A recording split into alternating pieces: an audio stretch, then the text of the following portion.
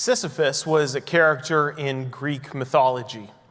He was understood to have been the king of Corinth, and he was a tricky king. In fact, so much so that it was understood that he cheated death twice. And if you know anything about Greek mythology, the gods would be very, very angry at any human who cheated them. And so when Hades, the god of the underworld, finally got his hands on Sisyphus, he gave him a punishment that was indescribably harsh. For the rest of eternity, Sisyphus would wake up in the morning and be assigned the task of pushing a large boulder up a hill. And every single day as he got to the top of the hill, he could not get it over the one last push.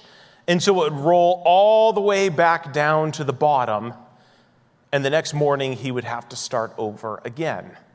This was his punishment for cheating the gods. Now, to me, that sounds pretty terrible, but I wonder if some of you think, yeah, that sounds like my job every day. Ooh, always pushing up the hill, never getting over the edge. This story of Sisyphus, of course, is just mythology. It didn't really happen. It was a story that was told in Greece. But the idea of having this burden that we can never escape, that we just feel like we're pushing uphill all of the time and we're never getting anywhere, always having to start over at the beginning, is an instructive story. And it's a story we may be able to identify with some way, shape, or form. My mom, through most of her adult life, had chronic pain, and most days felt like this to her, that she would manage herself through the day only to have to do it again tomorrow. Some of us are dealing with grief, maybe new grief, maybe old grief, maybe the loss of a child, maybe the loss of a parent or friend, and every day feels like trying to pick up the boulder again and push it back up the hill. There may be a diagnosis or a longing or hope that just seems absolutely undealable. You may identify with Sisyphus, always pushing up the hill, never getting to the destination or accomplishing the goal. And as such, in a world where there are ways that we can identify with this sort of hopelessness, we enter into this season of Advent leading up to Christmas, where we hope that we can find hope. And so today I want to do that in the Gospel of Mark. And this may seem like a strange place to do so for a few reasons. Mark is not a particularly popular gospel. Very few people, when you ask them what your favorite book is, let alone what your favorite gospel is, says the Gospel of Mark. It's a peculiarly written, strange narrative, especially when you compare it to Matthew or Luke, which are meticulously researched with detail upon detail. John, there's this really clear cosmic Jesus with power and vision, and Mark is weird. I really like Mark, but it's weird. It's a weird gospel. There are a few reasons I think that Mark is weird. A few things for you to know. First of all, Mark was likely the very first gospel written. So of the 4 Gospels you have in your Bible, this was the first one. And the way that it was written was seen as so peculiar, especially to disciples and people who were around Jesus, that it felt like it needed to be rewritten to get it right. Matthew and Luke seemed to borrow Mark as a source in their writing. There are a lot of stories in Mark that show up in both Matthew and Luke. But then when you read Matthew and Luke, there's a lot of expounding. There's a lot of giving background. There's a lot of extra resource and story and history that goes into those books. Mark feels like bare bones. It feels like there's more to say. And that becomes particularly true when you get to the end of Mark. When you get to chapter 16, again, like the Gospels have 20-something chapters otherwise. Mark has 16. And when you get to the end, the earliest manuscripts of Mark that have been found end with verse 8 in chapter 16. And this may help explain why people felt like they wanted to write the gospel again to expound. Because the very last word in the earliest manuscripts of Mark, which seems to be what Mark himself actually wrote, ends with these words. The women went out from the tomb. They said nothing to anyone because they were afraid. Period. End of story. Now, you and I both know, we went to Sunday school, we've read the Bible, we know the stories of Jesus, we know that's not where the story ends. What do you mean they were afraid and didn't tell anyone? If you might have been alive in, say, the year 75 AD, and you were going to a small church in a place outside of Israel, and the Gospel of Mark came to you, and it was read, and you heard the whole story of Jesus, you might say, well, if they were afraid and didn't tell anyone, how did I get here? Someone had to say something. And frankly, it doesn't seem like they were afraid. It seems like they went and said something boldly. What is going on with that? It's so uncomfortable, in fact, that like second generation Gospels of Mark that have been found by archaeologists add on another 10 or 15 verses to try to put a bow on this strange ending, to try to make it more palatable, to try to give it an actual conclusion. Because this is so strange. Who would end the story of Jesus in this way? Well, that's not all there is that's weird about Mark. I'm going to talk about a few other things as well. First of all, I want to show you this map here. Now, this is a map of Mark. I'm not sure how clearly you can see the details. Hopefully you can at least a little bit. But you may see that there's a lot of really chaotic dotted lines straight through the middle of the map there. That's the actual plotting of Jesus' movement through the Gospel of Mark. Now, when you and I read the Gospel and we're told Jesus entered some town, chances are you don't stop and think, well, I wonder what life was like in that town. I wonder where that town was. What kind of people lived there? Because this is a whole other world. We probably just read it, okay, Tiberias, Samaria, Galilee. Okay, great. Sounds good. We want to focus on Jesus. But here we begin to see just how wild Jesus' movement is in Mark. And in particular, if you're able to see, in the sort of the upper right-hand quadrant is the Sea of Galilee through the Jordan River, which you hear talked about a lot. You may notice that there's a lot of dotted lines going back and forth across the Sea of Galilee. Jesus made many trips on boat back and forth across the Sea of Galilee, which may seem unremarkable to you and I. He was hanging out with fishermen. He probably had access to boats, right? But you see, on the left-hand side, or the west side, is Galilee, where Jesus was from, a part of Israel. To the right, or the east-hand side, is where Gentiles live. This is a Greek culture with Roman rule. These people don't share the religion or the story that Jesus' people did. And I don't know about you, but until I started really studying the scriptures, my assumption was that Jesus did his ministry in Israel, among Jews, and it was the work of the church to bring the gospel outside of Israel. I was shocked to realize that these boat trips that he made back and forth was Jesus going both to his own people, but then also to Gentile people as well. Some of his miracles and casting out of demons and such happened in Gentile territory. He was working in missionary ways more than I had ever come to understand before. And that matters today in our text because when we get there, it starts with he crossed back over on boat. So Jesus comes back in the story we're going to read to Jewish territory after he had been over in Gentile territory. Another strange thing about Mark is that there is no Christmas story in Mark. We have no manger, no shepherds, no angels. We have no idea where Jesus came from. This was probably a very early objection to Mark, why other gospels were written. He just shows up. John the Baptist is performing baptisms. He sees adult Jesus and he says, hey, look, it's the Lamb of God who takes the sin away from the world. And then he's baptized and the Spirit comes upon him. And the father says, this is my son with whom I'm well pleased. Okay, yeah, we know. Where'd he come from? Who is this guy? Is he just a Superman-like alien who showed up?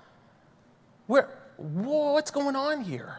That's a strange way. As important as the Christmas story is, as much drama as there is around kings of the world being afraid that a king is born, it's strange to just omit that from the story. But with the lack of Christmas story, it does give us in Mark some Advent themes that are particularly helpful as we lead in to Christmas. As you recall, I said I want to talk about Advent a lot this year. This is the season, the 4 weeks before Christmas. Advent means coming or arrival. There is an anticipation in Jesus' birth that we begin to mirror in our life as the church today, anticipating or waiting for the return of Christ as well. We are anticipating the second coming. And so in the meantime, as we lead into Christmas, we're living this almost double life of practicing and celebrating the birth of Jesus, while also doing that we might be preparing ourselves for the return of Christ as well. Which means that if you put your thinking cap on and pay close attention through this month, you can use your preparation for Christmas as a devotional practice to prepare yourself for the return of Christ as well. With each party that you go to, you can remember that there will be a party in heaven one day. With each light that is hung, you can remember that you are preparing that the light of the world would return. With every Christmas card, with every tree that's decorated, with every present that is purchased, you can remember all of this preparation that goes into Christmas and begin to let it shape you as well for the way in which you're preparing, hopefully as meticulously, for the day that Jesus will return as well. These can all be devotional in our work for Christmas, that we recognize that we're also beginning to work towards preparing for Jesus' return as well. So all of that background about the Gospel of Mark leads us into the story that we're going to read today. It's found in Mark chapter 5, verses 21 through 43.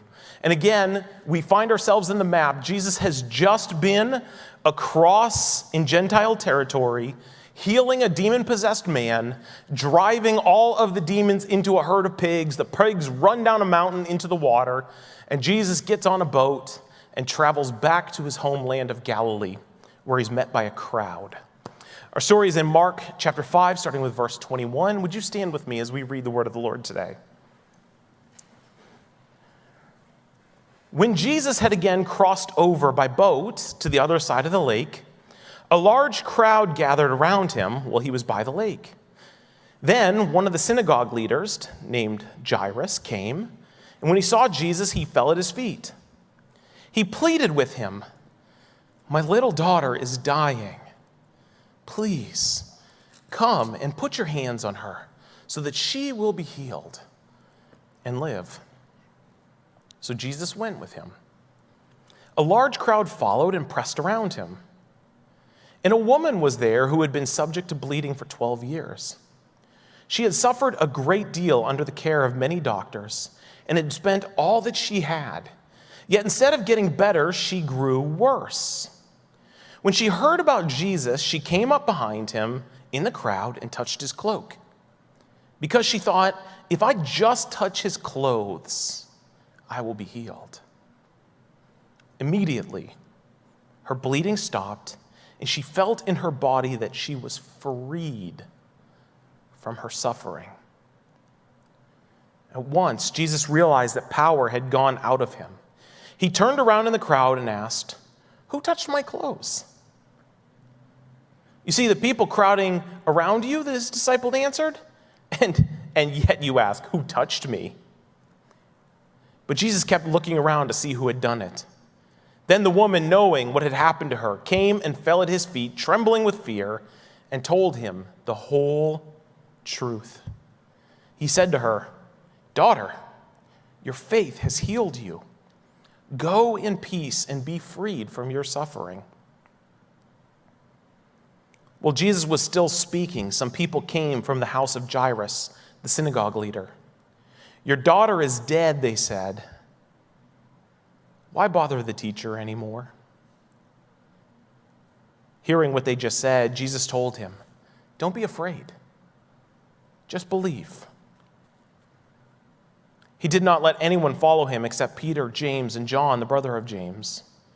When they came to the home of the synagogue leader, Jesus saw the commotion, with people crying and wailing loudly. He went in and said to them, "Why all of this commotion and wailing? The child is not dead, but asleep."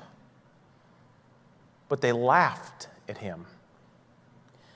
After he put them all out, he took the child's father and mother and the disciples who were there with him and went in where the child was. He took her by the hand and said to her, "Talitha, cum," which means, "Little girl, I say to you, get up." Immediately the girl stood up and began to walk around. She was 12 years old. At this, they were completely astonished. He gave strict orders not to let anyone know about this and told them to give her something to eat. This is the word of the Lord. Thanks be to God. You may be seated.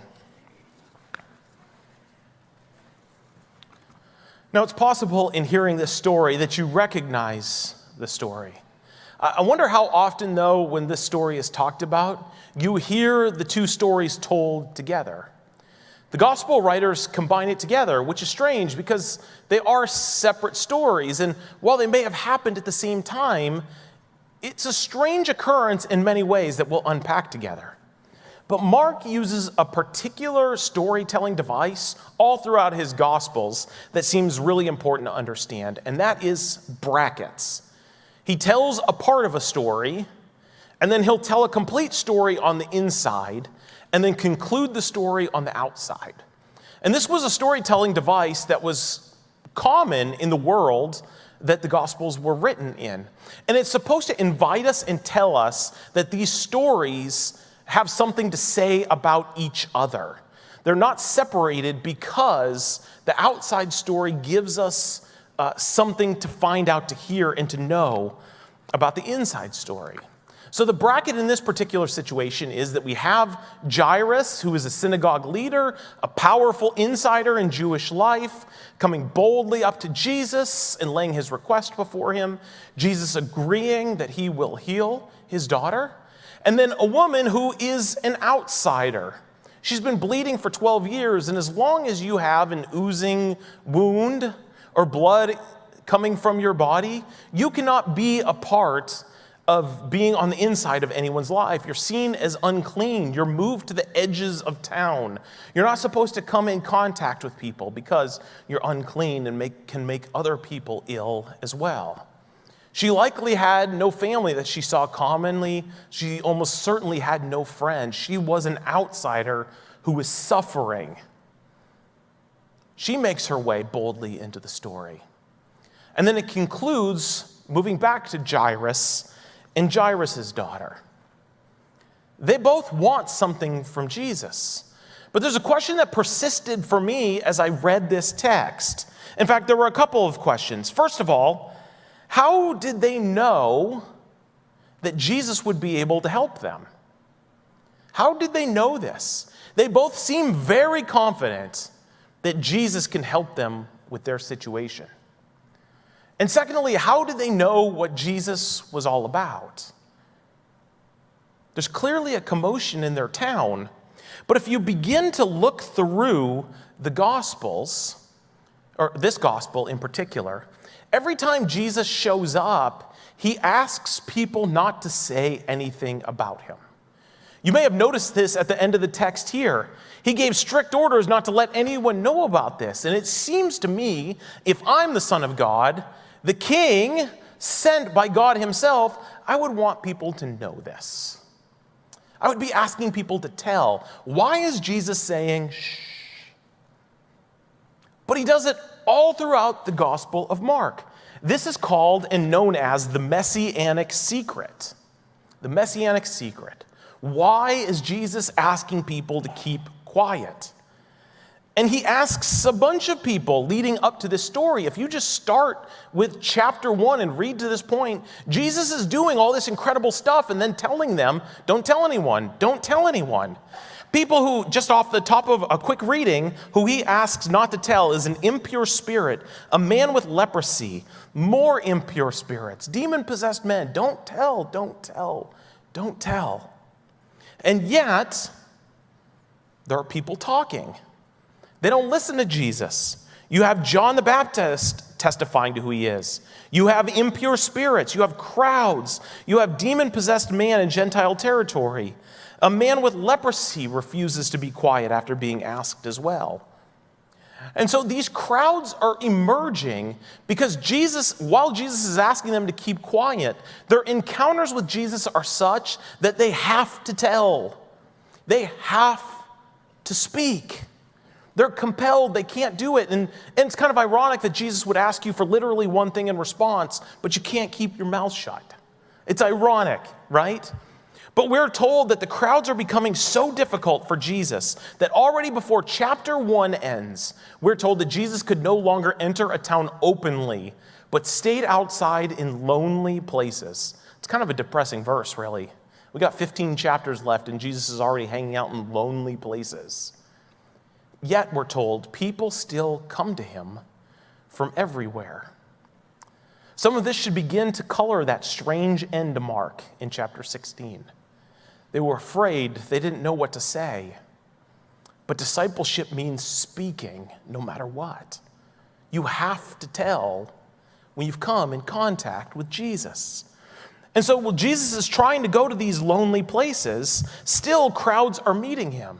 And so we have scenes of Jesus asking for crowds to be quiet and to leave him alone, but he's being treated like the Beatles at Shea Stadium. People are going mad, screaming, hollering, pushing up against him. They want to be with him. They want to know him. They want to see what he's going to do next. They want to hear from him. And so today, the scripture that we've read is about Jesus crossing over from Gentile land into Jewish land, Galilee, where he's from. And the crowds are as engaged here as they were there. And the crowd has been waiting on him. Where did this crowd come from?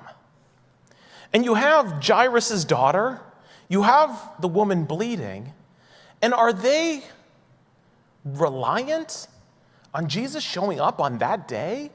Did they know he was coming? How did they know he was coming? How did the crowd know to be assembled? There's so much that feels like coincidence about this moment that it's hard to get your head wrapped around. But the crowd is waiting for him as he comes up on a boat, and people move in on him immediately. The first is Jairus. Jairus is powerful. He walks right up to Jesus because he feels entitled to do so. And he lays out his problem, and his problem is a doozy. My daughter is dying. Can you come and heal her? And Jesus hears this. He hurts for him, and he says yes. So he begins the journey to Jairus' house. And the crowd, we're told, press up. They follow. They have to be near. They have to see what's coming, what's going to happen next. They're desperate for a show to see what this Jesus is going to do. And as they're walking to Jairus' house, a woman who doesn't belong in this situation, bleeding, she should not be near so many people.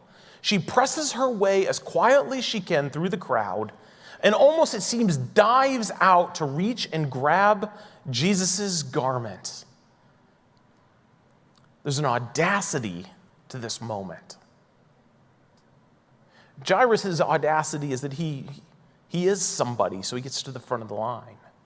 The woman's audacity is that just touching Jesus will heal her. Moving through a crowd that doesn't want her there, that she doesn't belong in, she pushes up, doesn't grab his attention, but hopes that she could just steal a healing by touching his garment. She then fades back into the crowd, hoping that she wouldn't have been noticed, and she begins to realize that she's feeling well and better. She feels as though in her very gut that the suffering that she's experienced has stopped. The text says that she's freed from her suffering, and she begins to celebrate when she hears exactly what she didn't want to hear. Jesus says, "Who touched me?" I'd probably be nervous at this moment. Uh-oh, he noticed. I was hoping that all of the crowd maneuvering around him, my touch wouldn't stand out. But Jesus said, "I felt my healing power move through me." This wasn't a nudge. Someone came in faith. Someone reached out. Someone was healed. Who was it? And the disciples say, "Jesus, look around, man. There's elbows everywhere." "What do you mean? How are we supposed to figure out who touched you? It's impossible." And he said, No. Someone touched me and was healed. Who was it? And this woman, desperate to remain incognito, steps up and says, "It was me." And Jesus turns and asks her about her story. And he begins to get this life story, a medical history, ups and downs and hurts and trials. And I imagine for her in that moment, this was a beautiful scene, being able to tell Jesus what had happened to her. But imagine Jairus on the other hand. The clock's ticking, dude. My daughter is dying. She got her miracle. Can you hustle up so we can get back before my daughter's dead? What are we doing here? Why are you taking time? She's already healed. Why are you listening to her? Why are you spending time with her? Why are you blessing her further? We've got to go. This is how I read the text in my Western mind. Calendars, clocks, deadlines, movement. There are things to do. We've got to beat and defeat death. Let's hurry up. And so when Jesus is done with this beautiful pastoral moment with this woman, he blesses her again and tells her she's freed from her suffering. Go. Just then, Jesus turns to go back to where he was destined in the first place, to heal this girl who is dying. But Jairus' people show up and say, "Don't bother the teacher anymore. It's done. She's dead. He didn't make it." You can imagine the hush that comes over the crowd. I wonder what Jairus is thinking at this point. Is he mad at the world? Is he mad at Jesus for not hurrying? He'd been desperate that Jesus was the one that might heal his daughter. And Jesus misses it by minutes? What a desperate place that must have been. But Jesus speaks up and says, "Hey, just believe. It's going to be okay." And they walk to his house, and he gets there, and there are mourners and wailers everywhere. In the ancient world, people would pay people to come and mourn and wail. All of this led to an environment of feelings like something terrible had happened. And Jesus gets there and says, "Why is everyone so glum? The girl is just sleeping." To which they all laugh at him, because of course they did. We generally know the difference between a nap and death. Jesus grabs just a few, and they go into the room, and they go to the place where this girl is laying. And clinically, medically, biologically speaking, she is dead, and everyone knows this. But Jesus speaks two words, Talitha cum, which means, "Little girl, get up." I've got 2 teenage daughters, and it takes a lot more than 2 words to get them up from sleeping. Jesus speaks 2 words to a dead girl, and she stands up. And the room moves from mourning to celebration just like that. She walks around. He says, "Get her a meal." And he tells them not to tell anyone. What's wild about this story to me is the balance of patience and hope. In one story, you have someone who's been patient for years, who now is impatient and moves herself to the front of the line. You have someone else who is impatient because the clock is ticking and is made to be patient through Jesus' time with this other woman. Both of them have hope. Both of them hope that God in Jesus will be able to heal them or their daughter. But the clock is ticking in all sorts of directions here. And in my own mind, I want Jesus to prioritize it to get this right. I want to see them both healed, and Jesus takes a completely different timeline than I would. You see, with Jairus' daughter's story, you have a situation that's hurried. It's desperate. Death is at hand. The woman who's bleeding isn't about to die. Let's pick our order. There's an urgency, there's a child involved. All those things should move her up to the front of the line. But the woman who was bleeding had been long-suffering. She had been patient. 12 years is a long time. Seeing every doctor that would suck every last dollar out of your pocket only for you to get worse. That's patience. She was at this moment powerless. She was financially drained. She was shunned to the edge of society. She was scared and, generally speaking, unnoticed. And their patience flips in this story. But if I could put on Jairus' shoes, I want to know why Jesus stops. I got here first. You told me yes. The clock is ticking. I'm more than happy to invite this lady to my house, and you can get to her just as soon as you heal my daughter. Let's get the order right here, Jesus. Let's get the timeline correct. My daughter is dying. She is just going through another day. But Jesus stops and looks her eye to eye and talks with her. And I've got to think Jairus is thinking, oh, this is not good. You see, Jairus, in my mind, is hurried. And our hurriedness can cause us to miss that Jesus wants to see us, to know us, to speak with us. Our hurriedness is very rarely matched by Jesus. Jesus isn't as rushed or as hurried as we are. Jesus takes time with this woman because he's unhurried to get to Jairus' daughter, because not even death is a barrier for him to act. Jesus is working on a different timeline with a different relationship to time than we have. So in this text, we see him being as meticulously graceful to a child of a powerful insider as he is meticulously graceful to a desperate outsider. Both of them get time. Both of them get healing. Both of them are seen by Jesus. And so we learn in Jesus that our bent towards hope, it can be patient. We can be so impatient in hope. Hope feels like it needs to be fulfilled yesterday. That's why it's hope. We believe it might be fulfilled, but let's get to it so the suffering, so the struggle can stop. But we learn in Jesus that we can be patient in our hope because Jesus himself is unhurried in the ways that we are. Jesus is not bound like we are bound. His imagination does not have an expiration date. He takes time for both people. So there are two lessons that we can learn from bleak circumstances, like a woman who's been bleeding for 12 years and a child who's about to die. And both of them teach us something, that we can be aggressive in coming to Jesus.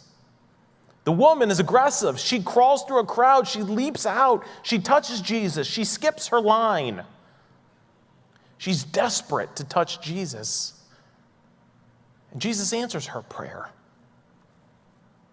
We also learn that we can be patient with coming to Jesus, because Jesus isn't working on our timeline. I want to tell Jesus at multiple points in the story, you had better hustle up, because death is coming, and if you don't beat it there, what then? But Jesus is Lord over life and death both. Both of these characters in this story come with incredible darkness in their life. The worst of the worst has occurred to them. 12 years of suffering and an illness coming upon a 12-year-old child. The world is dark to these people. Wendell Berry is a farmer in Kentucky who writes a lot about caring for the land and as a response to God. He's an incredible author, poet.